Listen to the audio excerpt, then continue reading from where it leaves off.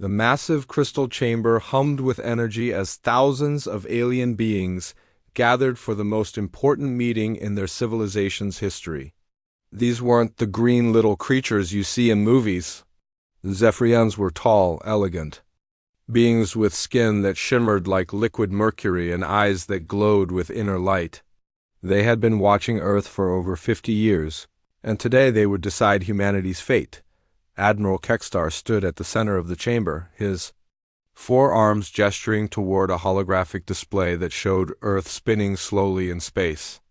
That small blue planet had become their greatest concern. The data they had collected was disturbing, to say the least.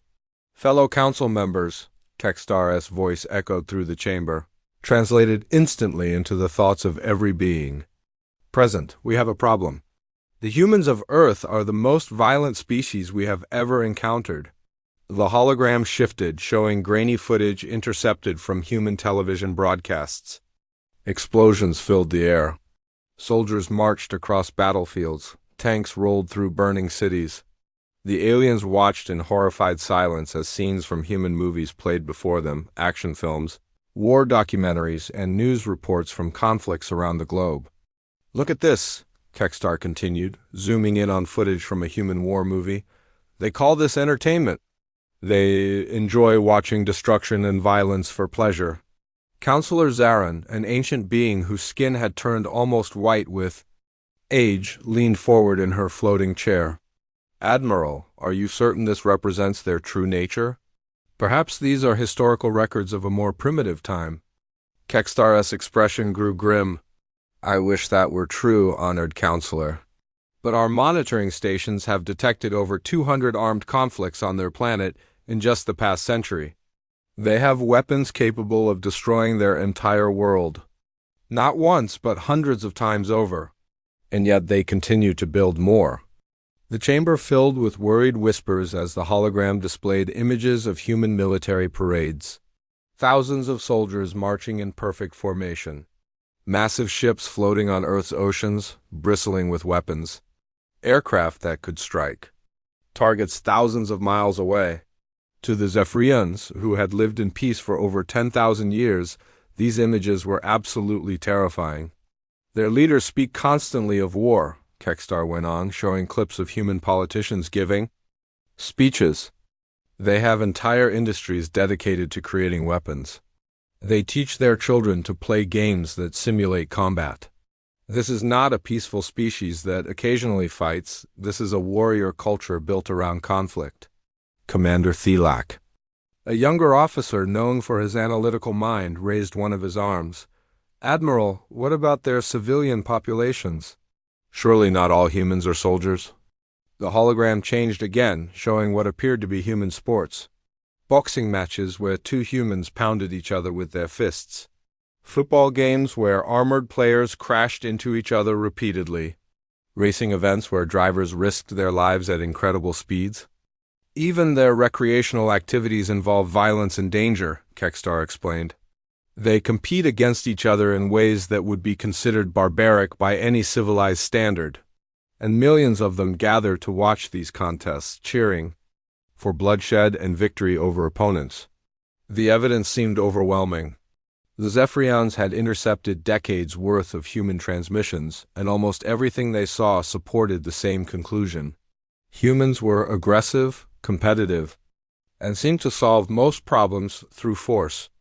"There's more," Kextar said, his voice heavy with concern. "We've analyzed their literature, their historical records, their mythology. Every culture on their planet has stories that glorify warriors and battles.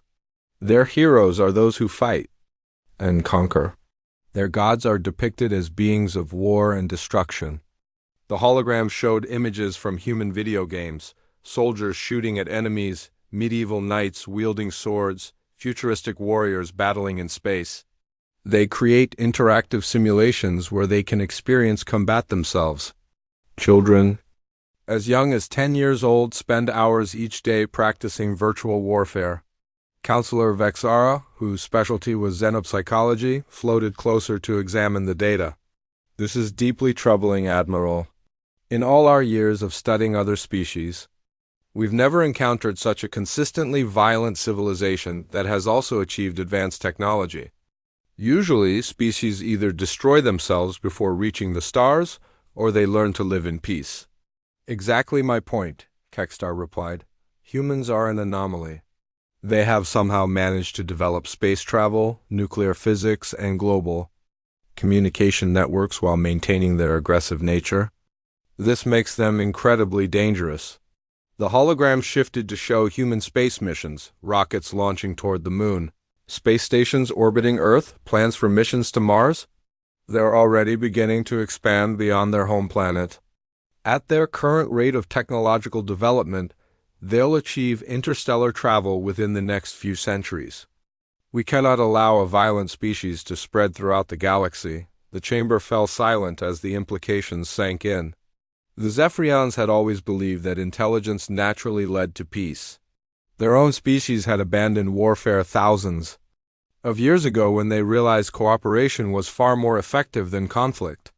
Every other intelligent species they had encountered had followed a similar path, but humans seemed different.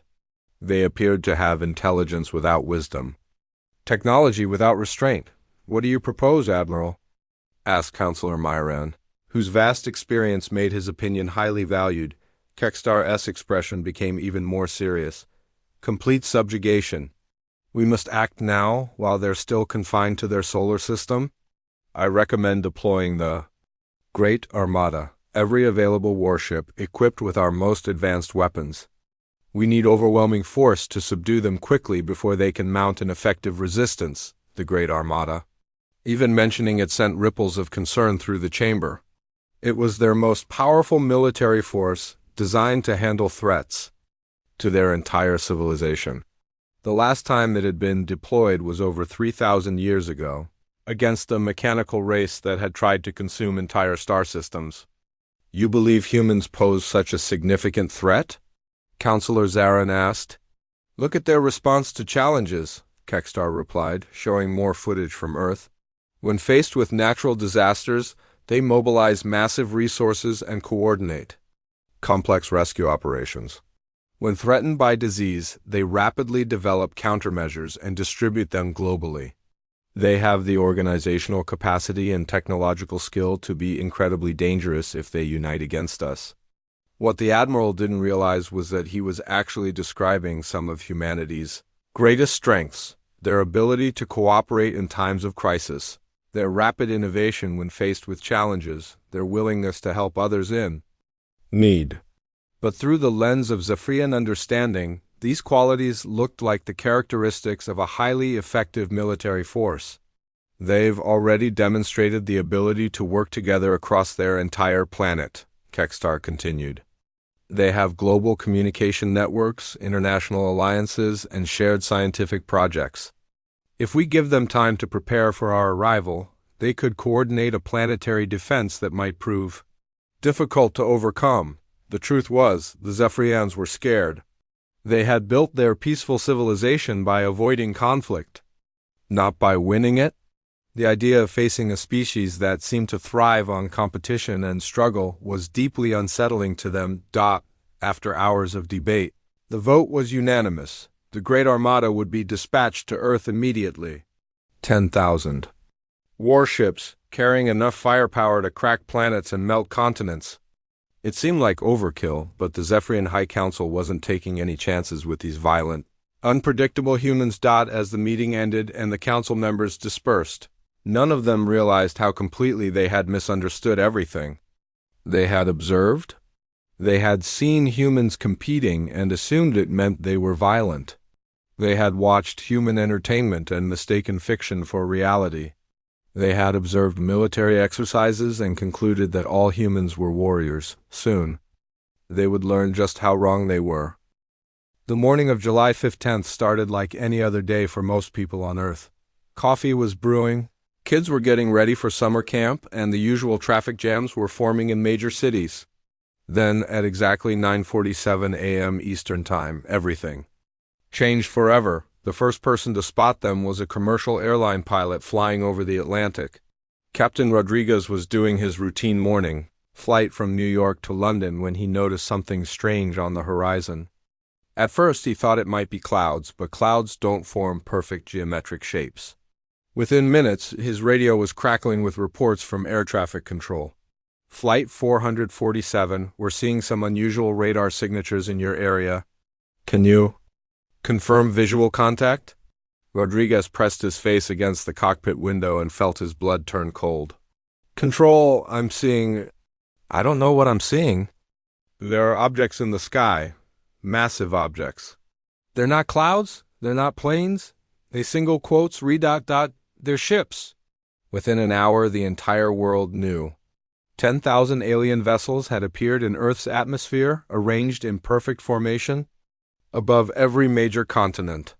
They weren't attacking, they weren't landing, they were just they're floating silently, casting enormous shadows over cities below. The ships were unlike anything humans had ever imagined. They looked like crystalline cathedrals, all flowing curves and impossible angles that seemed to shift when you looked at them directly. Each one was easily the size of a small city, and they hummed with a barely audible energy that made the air itself feel electric. In emergency bunkers around the world, military leaders were going into full panic mode. General Peterson at NORAD was shouting orders to scramble fighter jets. In Moscow, Premier Volkov was demanding his nuclear forces be put on high alert.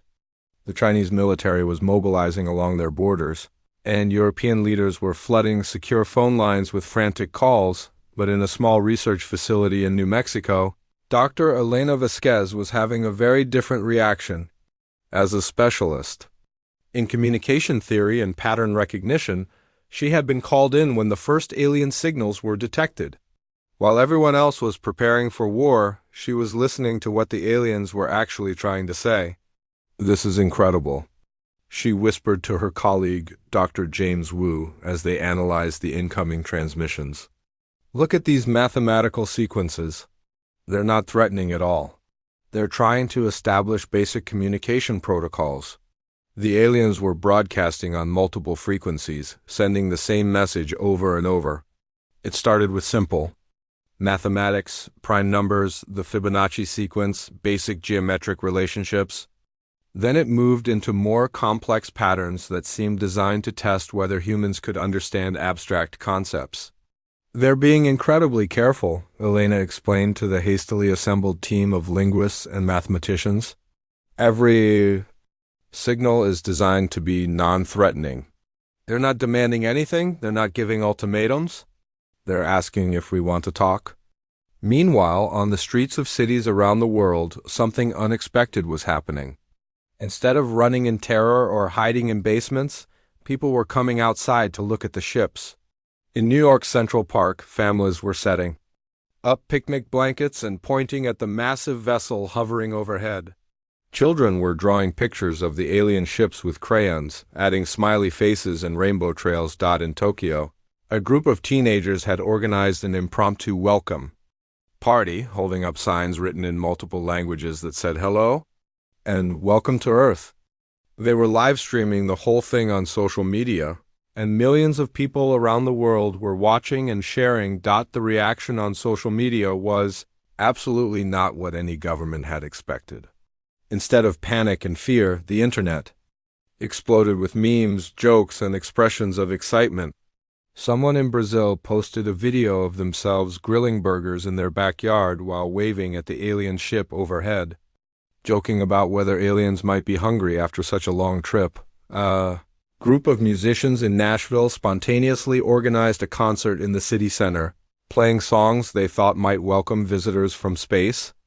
The crowd grew throughout the day, with people bringing instruments, singing along, and creating an atmosphere more like a festival than a military crisis. Dr. Vasquez was monitoring all of this online activity while simultaneously working on the alien communications. What she discovered made her heart race with excitement rather than fear. "They're responding," she called out to her team. "The aliens are picking up our internet signals and they're trying to understand them. Look at this. They just sent back a mathematical representation of a musical scale. They heard the concert in Nashville and they're trying to figure out what music is. Above the earth, aboard the flagship of the Great Armada, Admiral Kextar was experiencing the most confusing day of his long military career. His tactical officers were providing regular updates, but none of it made sense according to their predictions. "Admiral," reported Commander Yelenathi, "the humans have not launched a single offensive strike. Their military forces are mobilizing, but they're maintaining defensive positions only. No weapons have been fired at our vessels." That's unusual," Kextar replied, studying the holographic displays showing human activity around the globe. "Perhaps they're planning a coordinated attack. What about their leaders? Are they issuing war declarations?" "Actually, sir, several human leaders have made public statements calling for calm and peaceful communication. The leader of their United Nations organization gave a speech asking humans to remain peaceful and welcoming to visitors." Kextar's four eyes blinked in confusion. This was not the response they had expected from a warrior species. According to their projections, humans should have immediately begun launching nuclear weapons or at least scrambled their air forces for attack runs. Instead, the tactical display showed something unprecedented. Humans were gathering in large groups beneath the alien ships, and they appeared to be celebrating. "Commander, what are those large gatherings of humans doing? Are they performing some kind of war ritual?" Yelenathi consulted his instruments, looking equally puzzled. "Sir, our cultural analysis suggests they're engaged in what they call parties. They appear to be playing music, sharing food, and creating colorful displays. Some are holding up visual messages that our translators indicate are greetings." On the surface, Dr. Vasquez was making breakthrough after breakthrough in communication. The aliens had begun responding to human mathematical concepts with increasingly complex ideas. They shared diagrams of atomic structure, star charts showing their home system, and what appeared to be artistic representations of their own culture. "They're not invaders," Elena announced to the Emergency Committee of World Leaders via video conference. "I'm absolutely certain of this. Every communication follows protocols designed for peaceful first contact. They're being more careful about not frightening us than we are about not frightening them." But the most remarkable thing was happening among ordinary people around the world. Social media had become a massive welcome party for Earth's first alien visitors. People were sharing photos of the ships, creating art inspired by their design, and posting videos of themselves waving at the sky. A group of kids in Kenya had drawn chalk pictures of aliens and humans holding hands, covering an entire school playground with colorful artwork that could be seen from the air. In Australia, surfers were still hitting the waves, occasionally pausing to give thumbs up to the ship hovering over Sydney Harbor. The internet had become humanity's first attempt at interspecies communication, and it was working in ways no one had expected. The aliens were clearly monitoring human digital communications, and they were beginning to respond with their own attempts at creating what humans might recognize as friendly gestures when a video went viral of a little girl in Canada singing, "Twinkle, twinkle, little star," while looking up at an alien ship. The aliens responded by making their vessels pulse gently with soft, rhythmic lights that matched the melody. Dr. Vasquez watched this happen in real time and felt tears in her eyes. "They're trying to sing back to us," she whispered. "These beings traveled across the galaxy, and they're learning lullabies from our children." As the first day of contact ended, it was becoming clear that whatever the aliens had expected to find on Earth, it wasn't what they were actually encountering. They had come prepared for war with a species they believed to be violent and dangerous. Instead, they found a planet full of beings who responded to the unknown with curiosity, creativity, and an almost childlike desire to make friends with visitors from the stars. 3 weeks after first contact, the world had settled into a rhythm that nobody could have predicted. The massive alien ships still hovered over major cities, but they had become part of daily life.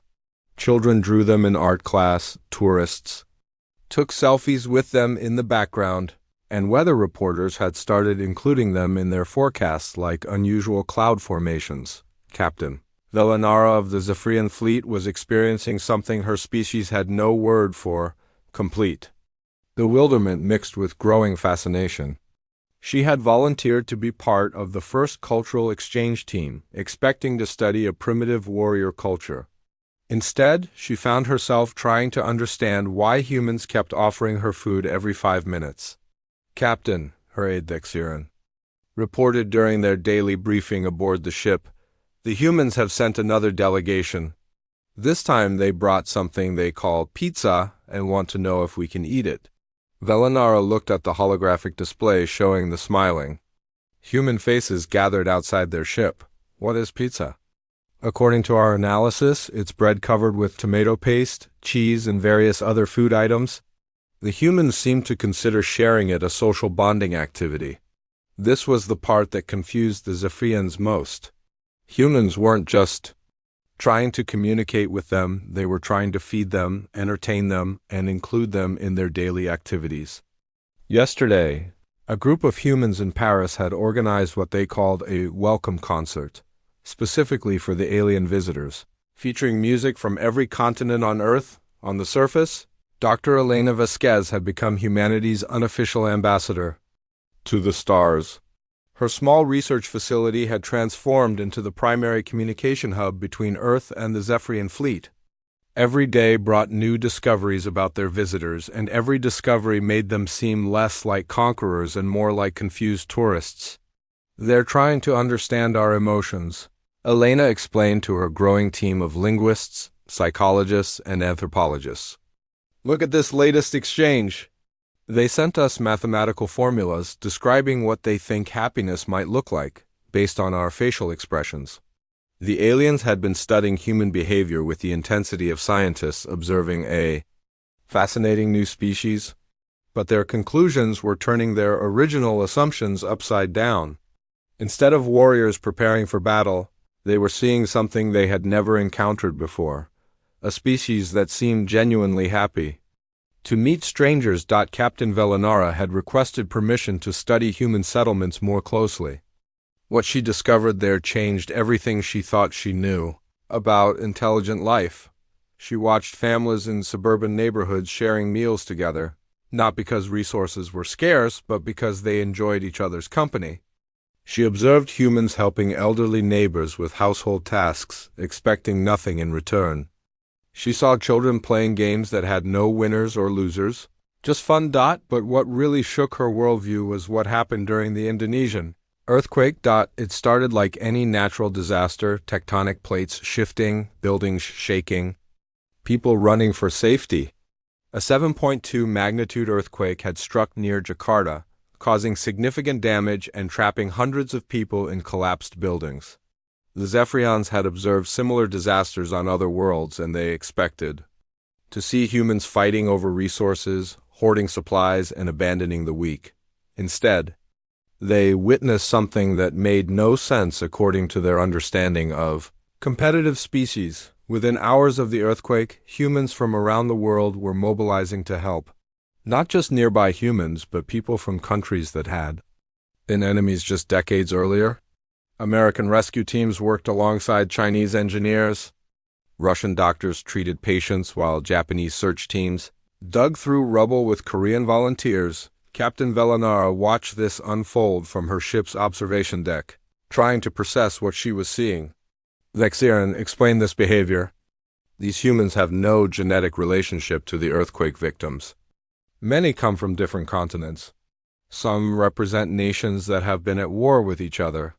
Why are they expending their own resources to help? Her aide consulted the ship's database of human behavior. Captain, we've documented over 200 instances of this pattern in the past 3 weeks. Humans consistently help other humans even when it provides no strategic advantage.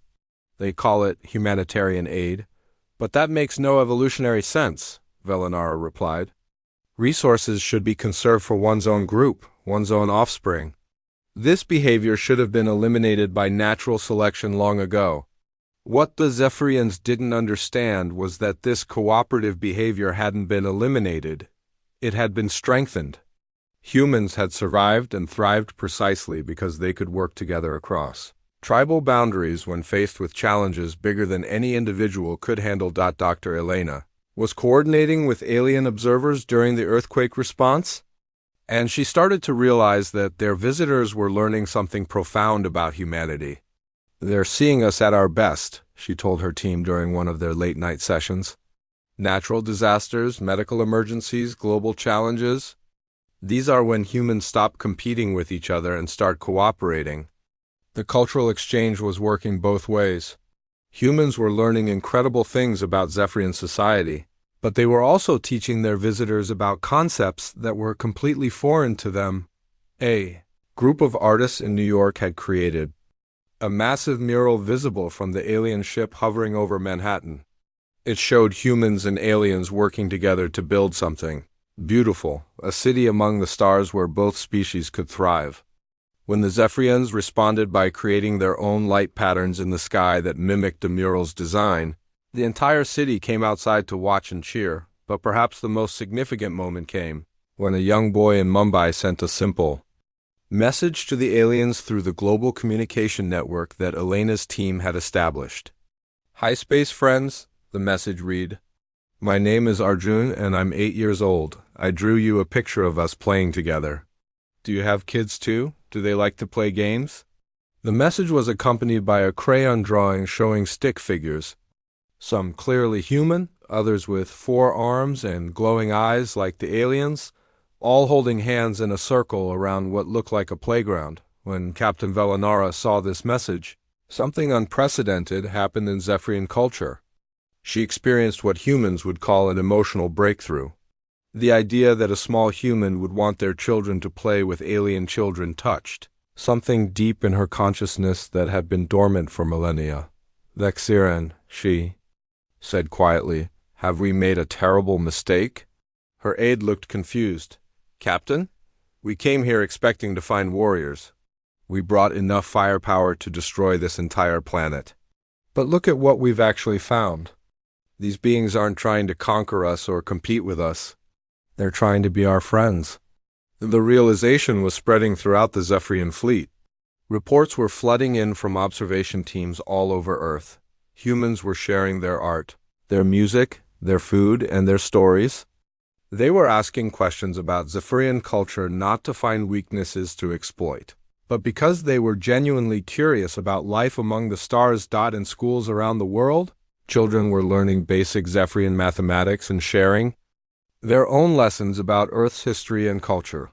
Scientists were collaborating on projects that neither species could have completed alone.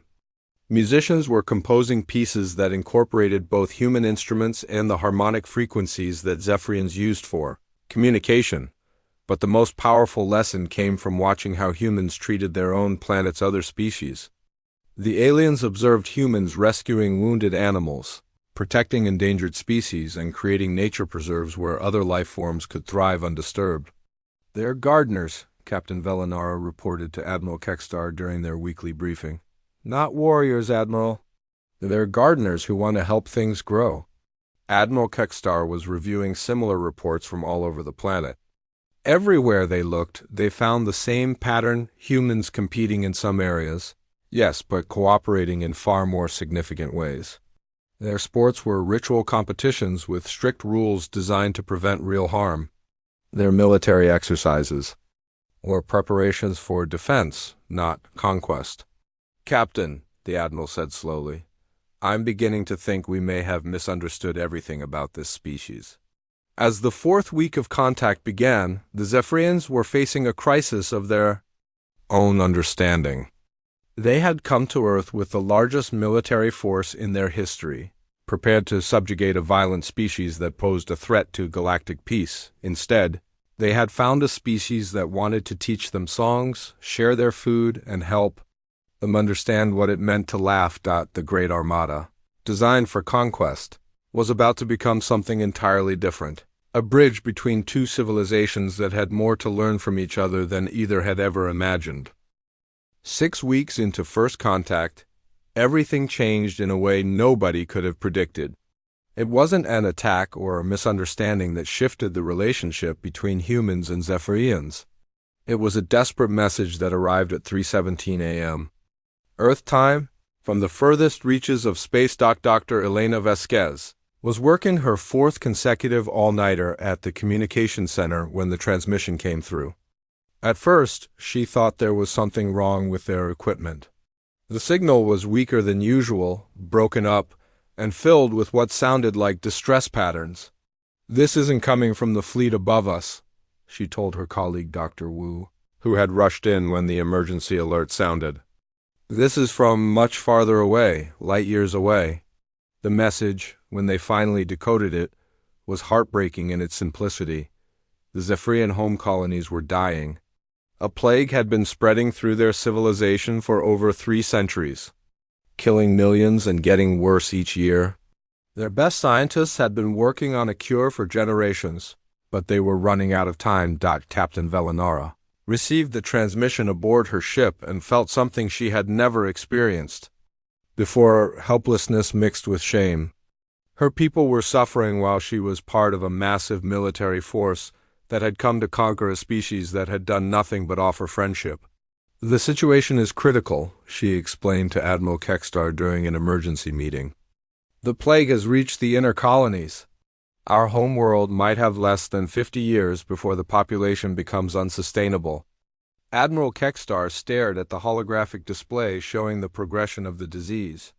"Why wasn't this information included in our mission briefing?" "Because the High Council believed conquest of Earth was more important than medical research," Velanara replied bitterly. "They sent our greatest scientific minds with this military expedition instead of keeping them home to work on the cure." Down on Earth, news of the alien crisis spread quickly through the global communication network that had developed between the species.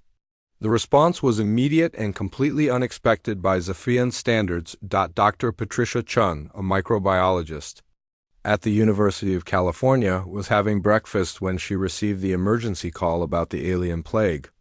Within an hour, she had canceled all her appointments and was on a plane to New Mexico to join Elena's team.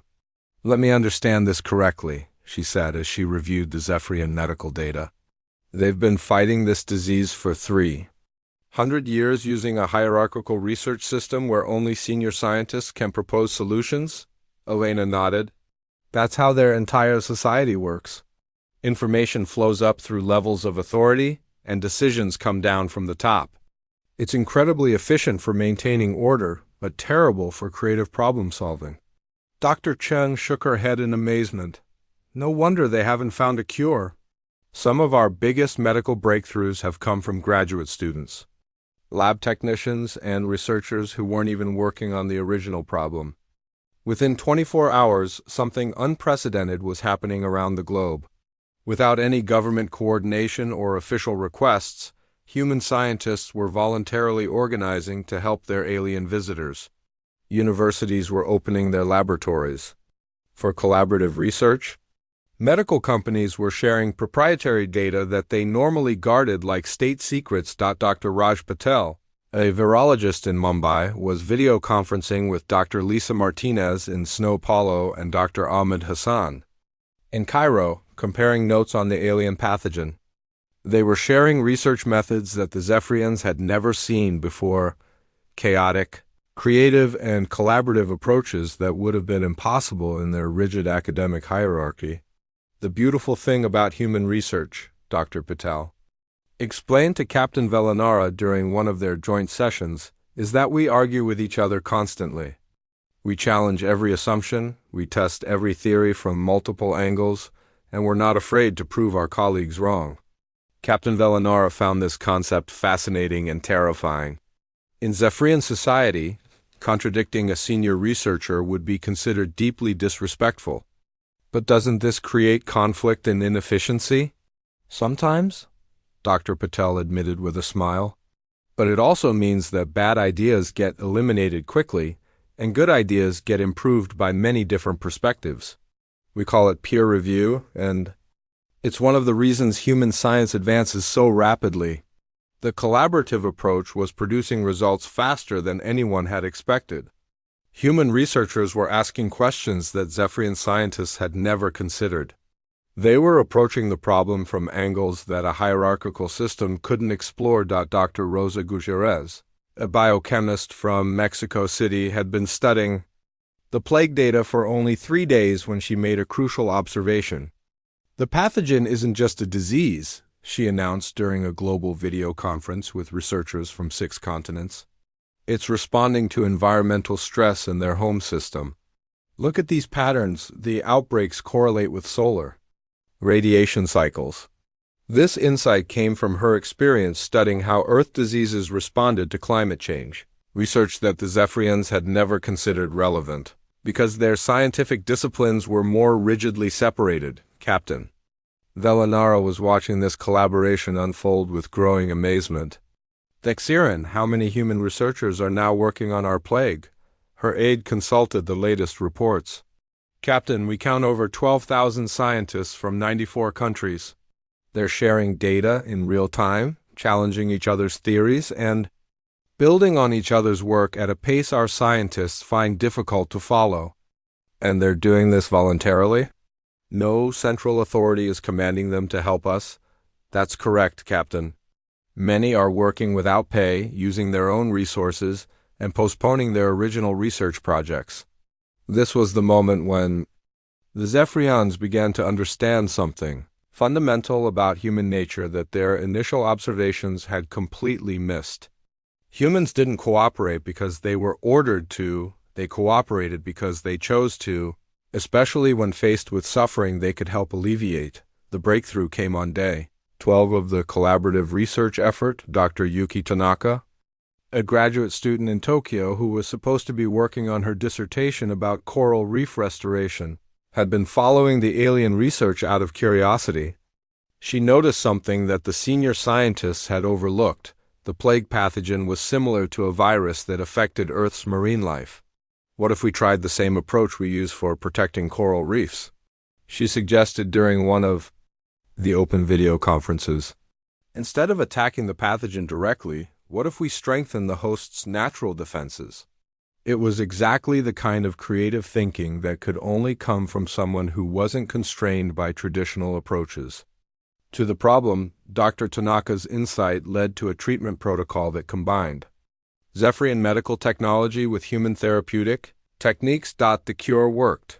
When the first test results came back showing that the modified treatment had completely eliminated the pathogen from laboratory samples, Captain Velanara felt something that no Zephyrian had experienced in centuries: tears. "How do we thank them?"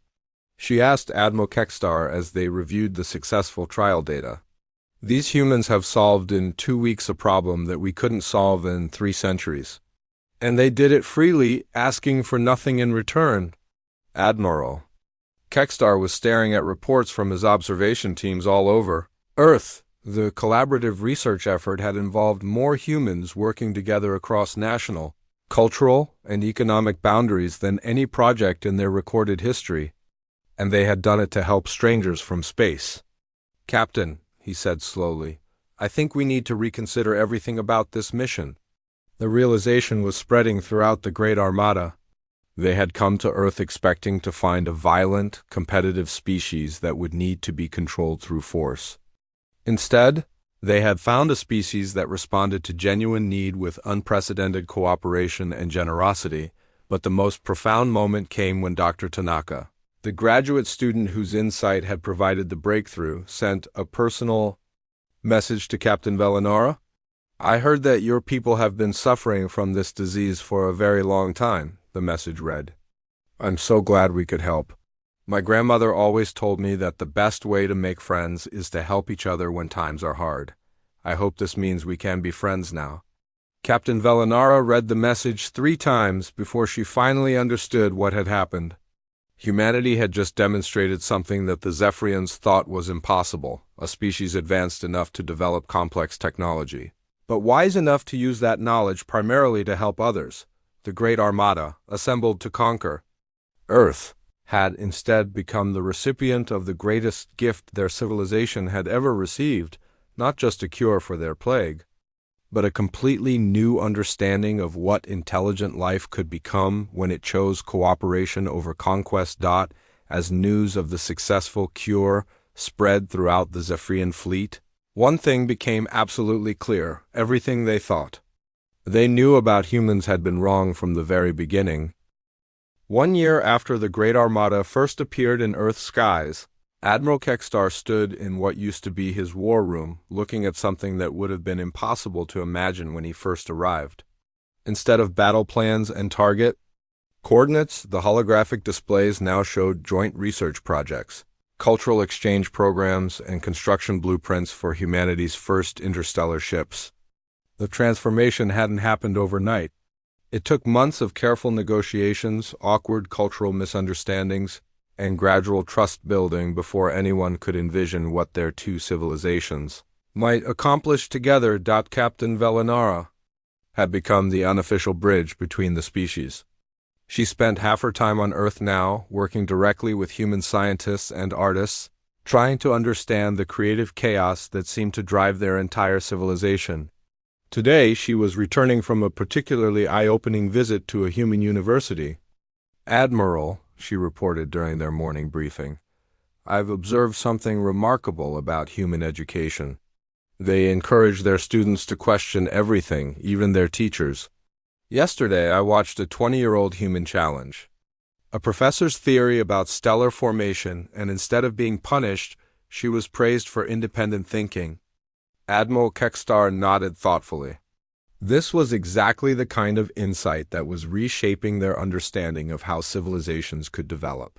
How did our educational system become so rigid compared to theirs? "I think it happened gradually, over thousands of years of peace," Velinara replied. "We became so efficient at maintaining order that we forgot how to adapt to new challenges. Humans never had that luxury. Their planet forced them to keep innovating, keep questioning, keep trying new approaches to survival. The plague cure had been just the beginning. Once human scientists gained access to Zephyrian medical technology, and Zephyrian researchers learned human collaborative methods, breakthroughs started happening in every field imaginable. Diseases that had puzzled both species for centuries were being solved in weeks. Engineering problems that seemed impossible were yielding to combined human creativity and Zephyrian precision. Dr. Elena Vasquez had evolved from a communications specialist into something like Earth's first interstellar diplomat. She was coordinating dozens of joint projects, from terraforming research to artistic collaborations that neither species could have conceived alone. "The art project in Rio is particularly fascinating," she told the assembled team of human and Zephyrian coordinators during their weekly meeting. "Human musicians are learning to compose for Zephyrian harmonic frequencies, while Zephyrian artists are experimenting with what humans call abstract expressionism. The results are unlike anything either culture has produced. But the most profound changes were happening at the personal level. Zephyrian crew members were requesting extended stays on Earth, not for research purposes but simply because they enjoyed human company. They were learning to laugh, something their species had never developed, and humans were learning Zephyrian meditation techniques that could extend lifespans and enhance mental clarity." 8-year-old Priya from Mumbai, who had sent one of the first children's messages to the aliens, had become pen pals with a young Zephyrian named Kexara. Their correspondence, published with permission in schools around the world, showed how quickly barriers between species could dissolve when approached with genuine curiosity and kindness. "Dear Kexara," Priya's latest message read, "Thank you for teaching me how to count in your language. I taught my whole class and now we're all practicing together. My teacher says maybe someday we can visit your planet and see the crystal cities you told me about. Do you really have schools that float in the clouds?" Kexara's response had moved both species to tears. "Dear Priya, I would love to show you our floating schools, but I think I would learn more in your Earth school, where children are allowed to ask questions that no one has thought of before. My parents say I ask too many questions now and they blame your influence. I think they secretly like it." The transformation of the Great Armada itself had become a symbol of how dramatically relationships could change. Ships designed for planetary bombardment were being retrofitted as research vessels and cultural exchange centers. The massive weapon systems were replaced with laboratories, art studios, and communication arrays that could maintain contact across interstellar distances. Admiral Kekstar was reviewing the final plans for what they were calling the Friendship Fleet, a joint human-Zephyrian exploration force that would carry both species to the stars. But today he was focused on something even more significant: the formal treaty that would make their alliance official. "The High Council has finally approved the complete restructuring of our mission," he announced to his senior staff. "We're no longer a military expedition. We're officially designated as the first interspecies cooperation initiative." The ceremony took place simultaneously on Earth and aboard the flagship, with billions of humans and millions of Zephyrians watching the historic moment. But the most meaningful part wasn't the formal documents or the diplomatic speeches. It was the small, personal moments that showed how deeply the two cultures had already intertwined. Dr. Yuki Tanaka, the graduate student whose insight had led to the plague cure, had been invited to speak at the ceremony. Her words were simple but profound. "A year ago, we thought we were alone in the universe. Today, we know we have family among the stars. Not because we conquered each other, but because we chose to help each other." Captain Velanara had prepared her own speech, but when her moment came, she set aside her formal notes and spoke from the heart. "My people came to Earth expecting to find warriors. We found gardeners instead, beings who plant seeds of kindness and watch them grow into something beautiful. We brought weapons of war, but you gave us tools of peace. We came to teach you our ways, but you taught us that there are better ways to live."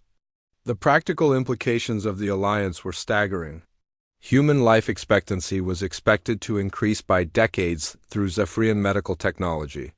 Zephyrian society was already becoming more creative and adaptive through exposure to human thinking methods.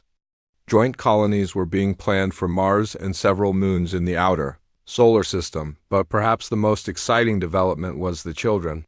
Human and Zephyrian young people were growing up together, learning each other's languages as naturally as breathing, developing friendships that transcended species boundaries.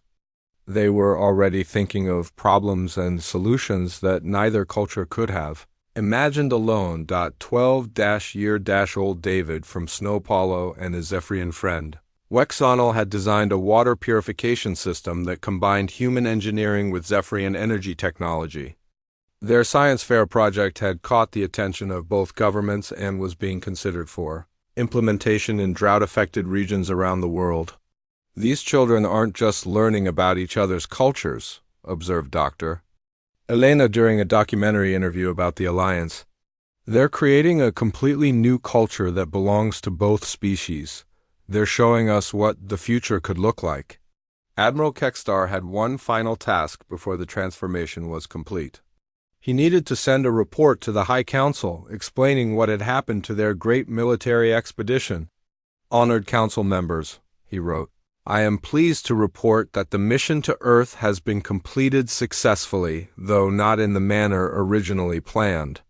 We have indeed secured the planet against future threats to galactic peace. However, we accomplished this not through conquest, but through friendship.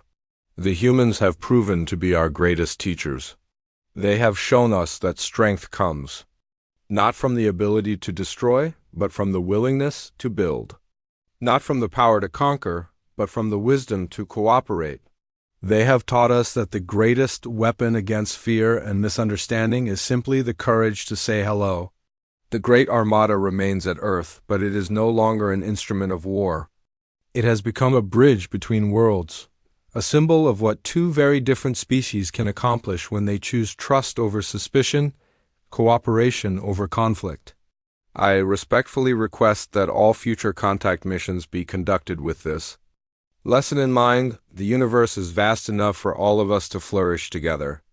We need not fear those who are different from us. Instead, we should celebrate the diversity